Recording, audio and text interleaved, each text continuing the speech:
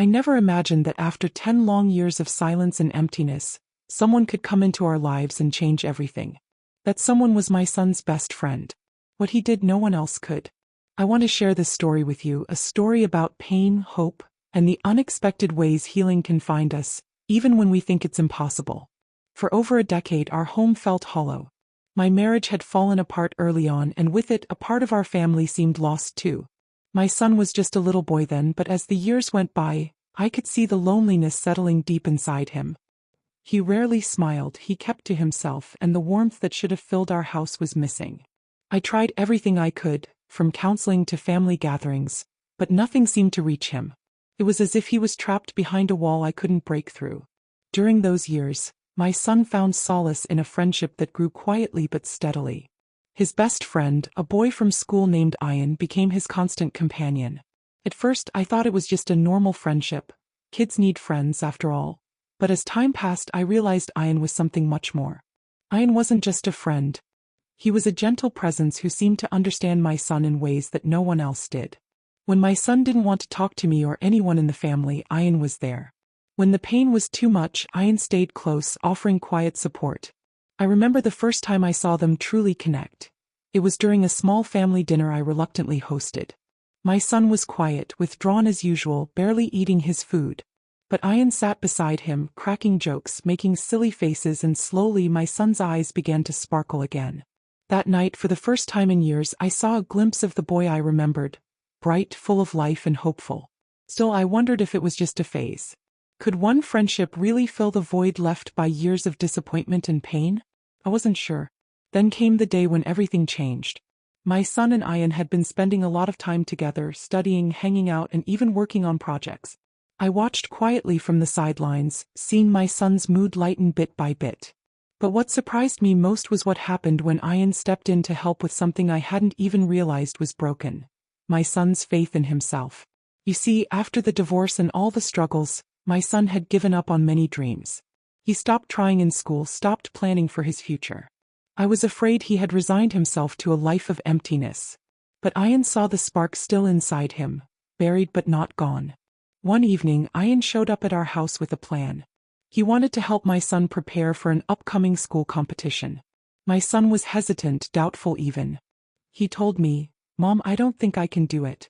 I've lost so much time." "What's the point?" Ian just smiled and said, "It's never too late. Let me help you." That was the beginning of a new chapter. Every day after school, Ian and my son worked together. Ian was patient, encouraging, never pushing too hard but always believing. Slowly, my son's confidence returned.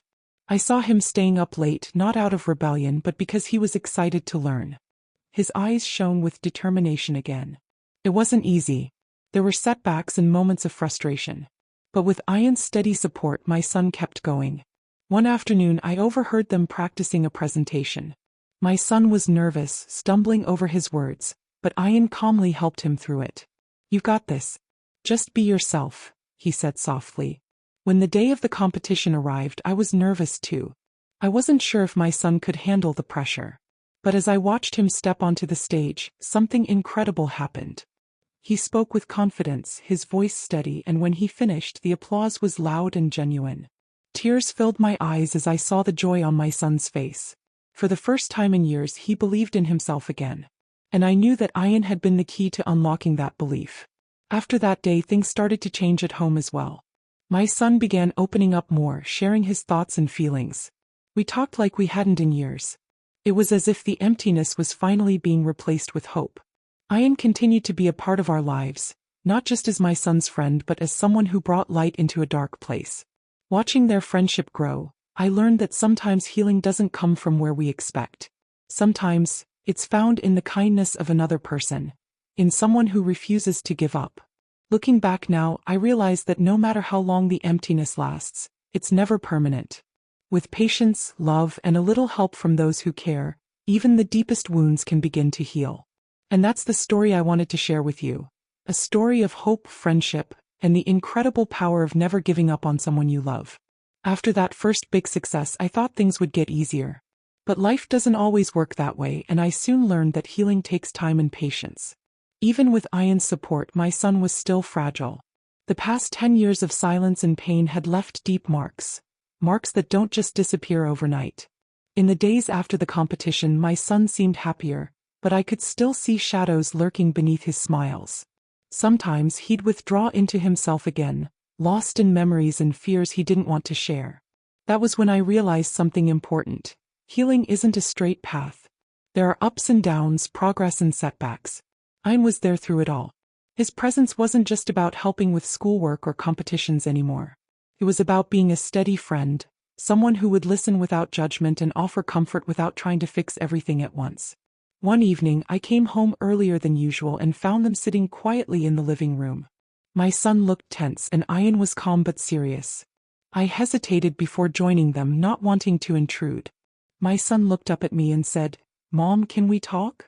I nodded and sat down, sensing that something important was about to be said. He took a deep breath and began, "It's been hard, more than I thought. I've been carrying this pain inside for so long and sometimes it feels like it's too much. I want to move on but I don't know how." I reached out and held his hand. "It's okay to feel that way. Healing takes time and you don't have to do it alone." Ian smiled gently and added, "You're not alone. We're here with you." That moment was powerful. For the first time, my son voiced what had been bottled up inside him for years. And with Ian by his side, he didn't have to face it alone. Over the next few weeks, things began to shift again. My son started opening up more, not just to Ian but to me as well. He talked about his fears, his hopes, and the dreams he thought he had lost. I remember one night when he sat with me and said, "Mom, do you think I can still have a future? After everything, do you think I'm capable of more?" Tears welled up in my eyes as I replied, "Yes, always. You are stronger than you know, and you deserve every chance to be happy." It was in these small, quiet moments that I saw the real change happening. My son was learning to trust again, in himself, in others, and in the possibility of a better tomorrow. Ian played a big role in that trust. He wasn't just a friend who showed up when things were good. He stayed when things were tough. When my son doubted himself, Ian believed. When my son wanted to give up, Ian encouraged him to keep going. One afternoon, they invited me to join them at the park. Watching them together, I saw something I hadn't seen in a long time. Laughter. Genuine laughter, free and easy. My son looked lighter, as if a heavy weight had been lifted from his shoulders. We talked about plans for the future, college, hobbies, even trips. It felt surreal after so many years of silence. But life isn't perfect, and the road ahead was still uncertain. I worried about what challenges might come next, how we would handle setbacks, and whether the past would ever truly stop haunting us. Yet with each day I felt more hopeful. Hopeful because of the strength my son was finding within himself, and hopeful because of the friendship that had become his anchor. It's amazing how one person can make such a difference. Ian's kindness, patience, and belief didn't just help my son heal. They brought our family back to life. Now, I know that even after years of emptiness, change is possible. Even after pain that feels too deep, healing can begin. And sometimes the person who helps us the most is the one we least expect. A best friend who never gave up. This story isn't just about my son or Ian. It's about hope, resilience, and the power of connection. It's a reminder that no matter how dark the past, the future can still hold light. And as we move forward, I hold on to that light, grateful for the friend who came into our lives when we needed it most, and for the chance to rebuild what was lost. The days after that evening conversation brought a new rhythm to our home. My son started waking up with a bit more energy, even though the shadows of the past still lingered. I noticed subtle changes, a small smile here, a quiet enthusiasm there. But most importantly, he was trying. That was the biggest relief of all. Ian remained a constant presence. He didn't try to push my son too hard or force any sudden changes. Instead, he was patient, gentle, and understanding. Sometimes they'd spend hours just sitting together, talking or playing video games, letting the silence fill the spaces where words were too difficult. One afternoon, my son came to me with a question that surprised me. "Mom, can I join a sports club?" I was taken aback. He had never shown much interest in sports before, but I could see hope in his eyes. "Of course," I said, trying to hide my excitement. "Which one?" "The local basketball team," he answered quietly. Felt like a small step, but to me it was huge. Sports meant teamwork, discipline, and social interaction, things my son had missed for years. I could tell that Ian had gently encouraged this idea, and I was grateful. Over the next few weeks, We went together to watch his first practice. My son was nervous, but Ian was right there with him, offering support and encouragement. I saw my son start to open up to others his age, something I hadn't seen in a long time. At home things were slowly improving too. Conversations between us became more frequent and deeper. He shared stories about his day, his hopes for the future, and even his fears. Sometimes he still struggled to find the right words, but he was trying. One evening after dinner, my son said something that struck me. "Mom, do you think people really change? Like, can someone leave their past behind and become someone new?" I looked at him and smiled softly. "I believe they can. Change takes time, effort, and sometimes help from others. But it's possible." He nodded thoughtfully and said, "I want to believe that." Ian's influence was clear. His friendship gave my son the confidence to believe in himself again. He was learning that the past didn't have to define him. But there were challenges too. One day my son came home from school looking upset. When I asked him what was wrong, he hesitated before saying, "Some kids were making fun of me, about my family." My heart broke hearing this. The scars from the past weren't just inside our home, they followed him everywhere. I hugged him tightly and said, "I'm sorry they said that. Remember, you're stronger than their words." Ian overheard the conversation and added, "Don't let them get to you. You have people who care about you." That support meant everything.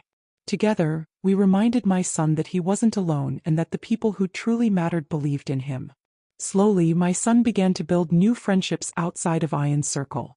The basketball team became a place where he felt accepted and valued. He started to talk about his future plans. College, maybe a career in something creative. I could see hope blooming where once there was only pain. One afternoon, as I watched my son practicing on the court, I felt overwhelmed with gratitude. The journey had been long and difficult, but this moment, seeing him happy and engaged, made it all worth it. Still, I knew the road ahead wasn't without bumps.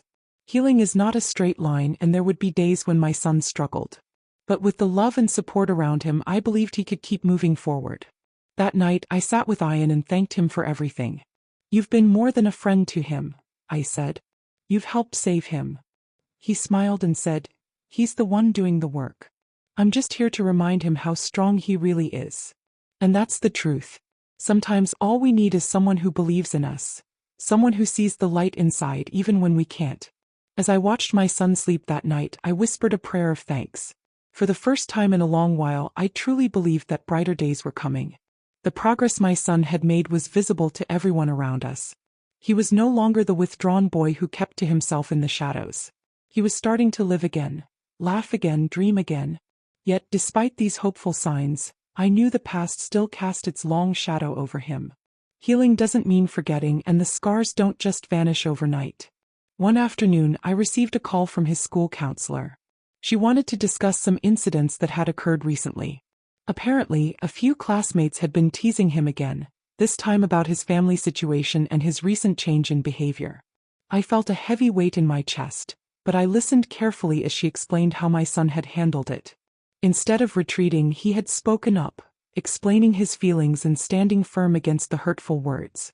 That gave me a strange mix of pride and sadness.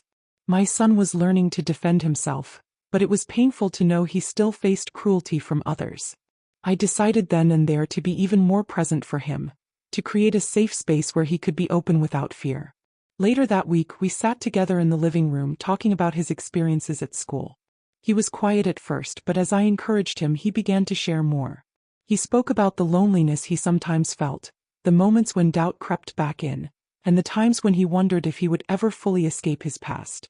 I held his hand and said gently, "You're stronger than you know. It's okay to feel unsure, but never forget how far you've come." He looked at me, eyes glistening with unshed tears, and whispered, "I want to believe that." Ian was always nearby during these conversations, offering a calm, steady presence. One day he surprised me by suggesting a new approach. Instead of just talking about feelings, why not try channeling them into something creative? At first I was hesitant. My son had never shown much interest in art or writing, but Ian's idea seemed worth a try. So we bought some sketchbooks and pencils and encouraged him to express himself however he felt comfortable. To my amazement, he took to it quickly. He started drawing scenes from his memories, some painful, some hopeful. Through his art, he found a voice that words sometimes failed to capture. It was a breakthrough for all of us.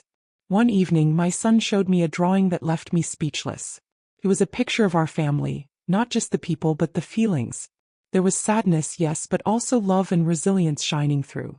"That's beautiful," I told him. "You're telling your story in a way only you can."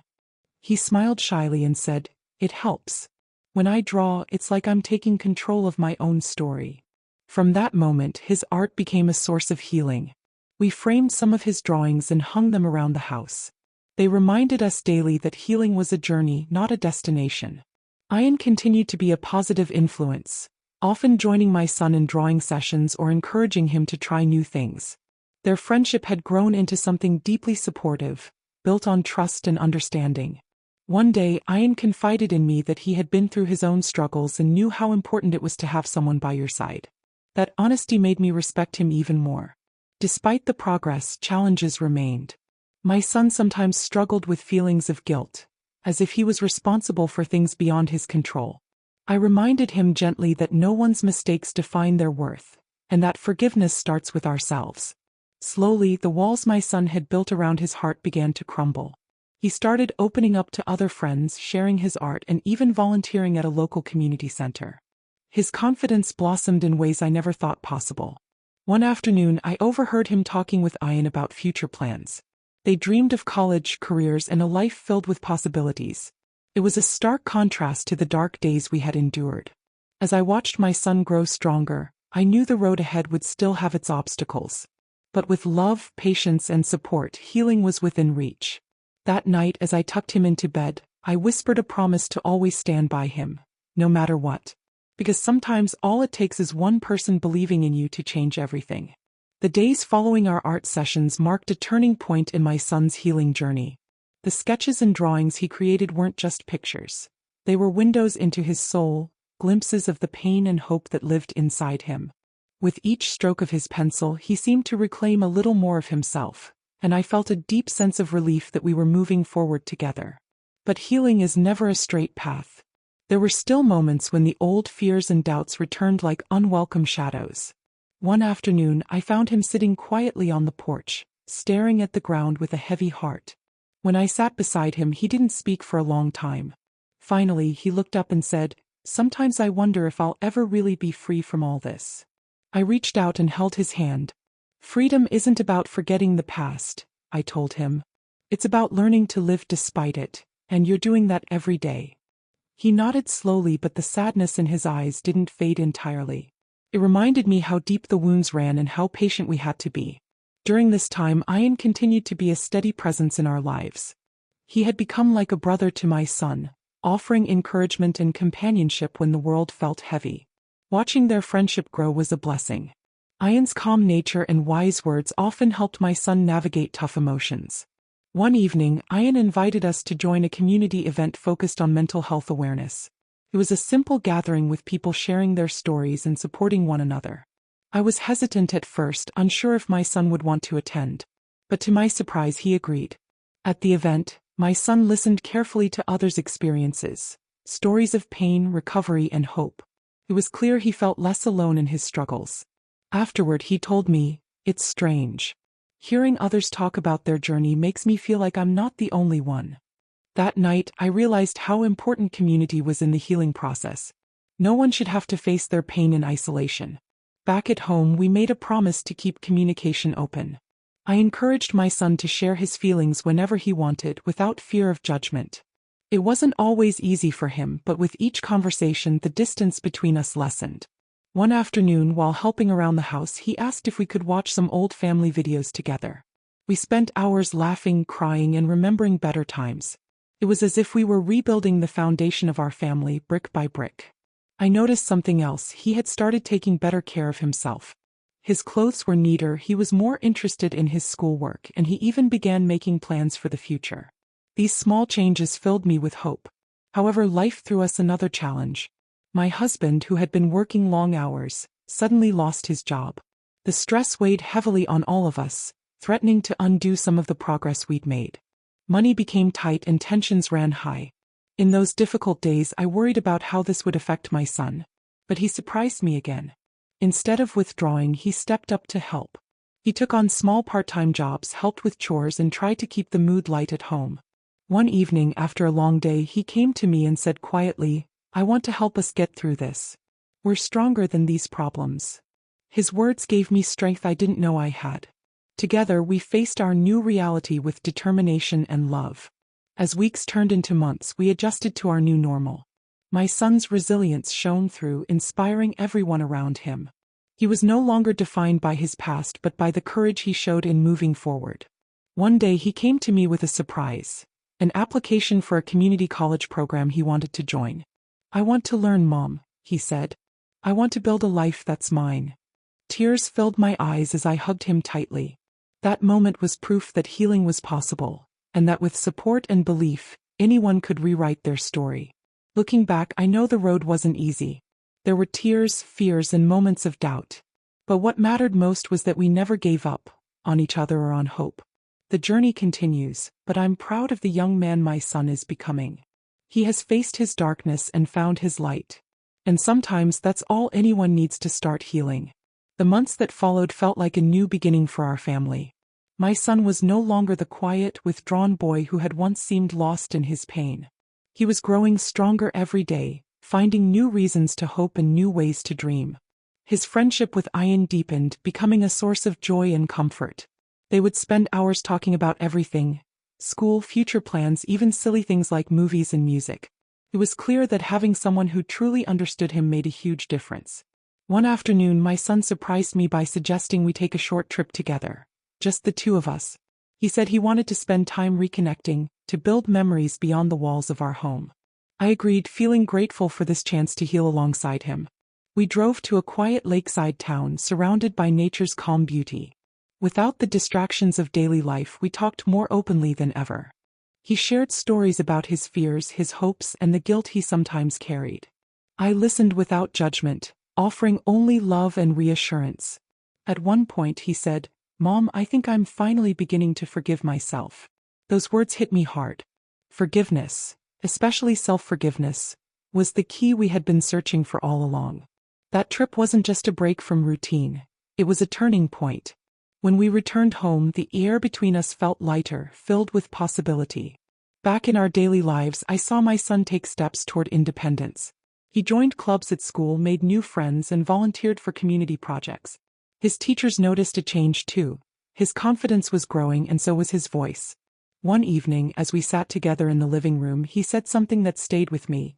"I want people to know that even when things seem impossible, there's always a way through." His words reminded me why I had shared our story: to give hope to others facing similar struggles. Healing isn't quick or easy, but it's real and it's worth fighting for. Still, challenges remained. There were days when old wounds felt fresh, when doubts crept back in. But those moments no longer defined us. Instead, they became reminders to keep moving forward, to lean on each other when life felt heavy. I also realized how important it was to take care of myself.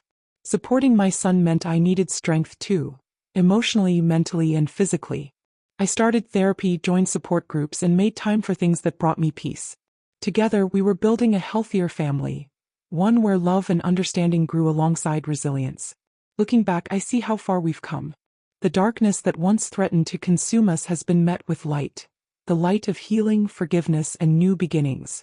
I'm proud of my son, proud of the young man he's becoming. His journey isn't over, but it's filled with hope. And for anyone listening who feels trapped by their past, I want to say this: you are not alone. There is strength inside you may not yet see, and with love and support you can find your way. Our story is just one of many, but if it helps even one person take the first step toward healing, then sharing it was worth everything. Because sometimes, the hardest moments can lead to the most beautiful transformations.